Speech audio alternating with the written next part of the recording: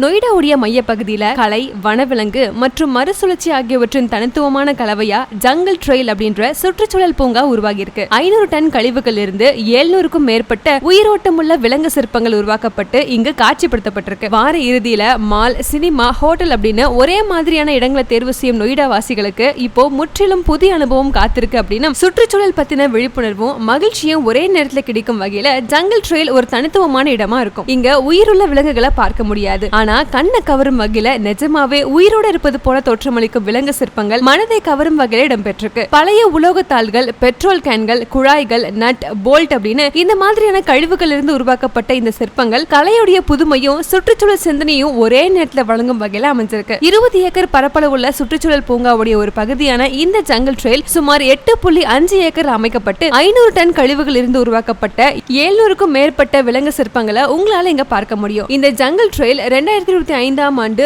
June 25ஆம் தேதியிலிருந்து முழுமையா திறக்கப்பட்டிருக்கு. இங்க 4 கருப்பொருள் மண்டலங்கள் இருக்கு. அதுல ஒவ்வொன்றை பத்தி இப்ப பார்க்கலாம். முதல்ல பார்க்க போறது ஆப்பிரிக்கா சவன்னா. யானை, ஒட்டகச்சிவிங்கி, சிங்கம்னு எல்லாமே உயிரோட இருப்பது மாதிரியே இருக்கும். ஆனா அதுக்கு பின்னணியில மறுசுழற்சி செய்யப்பட்ட உலோகங்கள், குழாய்கள், பிளாஸ்டிக்கள் தான் இருக்கு. அடுத்து பார்க்க போறது ஏசியன் ஃபாரஸ்ட். புலி, மான், பறவைகள்னு இயற்கையாகவே இந்த எல்லா விலங்குகளும் போஸ் கொடுக்கிற மாதிரி தான் இந்த சிற்பங்கள் எல்லாமே செஞ்சிருக்காங்க. மூன்றாவதா துருவ பகுதி. பென்குயின், துருவ கரடிகள் அப்படின்னு இது எல்லாமே பழைய எரிபொருள் ட்ரம்கள், பைப் துண்டுகள்னு இது எல்லாத்தையும் வச்சு செஞ்சிருக்காங்க. ஒளிரும் நீல ஒளியில இது மின்னுவது மாதிரி இருக்குமாமா. மேலும் இங்க இடம்பெற்றிருக்க பெஞ்ச், விளக்கு கம்பங்கள், கூடாரங்கள்னு இது எல்லாமே மறுசுழற்சி செய்யப்பட்ட பொருட்களால உருவாக்கப்பட்டது அப்படிங்கிறது குறிப்பிடத்தக்க விஷயமா இருக்கு. மாலை நேரம் வந்துருச்சுன்னா போதும் இந்த பூங்கா முழுக்க LED லைட்டால ஜொலிக்க ஆரம்பிக்குமாமா. ஒளிரும் சிற்பங்கள், மாய தோற்றத்துல தெரியும் நிழல்கள், குழந்தைகளுடைய ஆச்சரியமான குரல்கள், குடும்பங்கள் புகைப்படம் எடுத்துக்கும் போது வர சிரிப்புன்னு எல்லாமே ஒரு கற்பனை உலகத்துக்கு நம்மள கூட்டிட்டு போகும்னு சொல்றாங்க. இந்த ஜங்கல் ட்ரெயின் ஏன் இவ்வளவு சிறப்பு வாய்ந்தது அப்படின்னா மறுசுழற்சிக்கு உயிரோட்டும் ஒரு எடுத்துக்காட்டுன்னு சொல்றாங்க. குப்பைகள் எப்படி கலைப்பொருட்களா மாறுது அப்படிங்கறத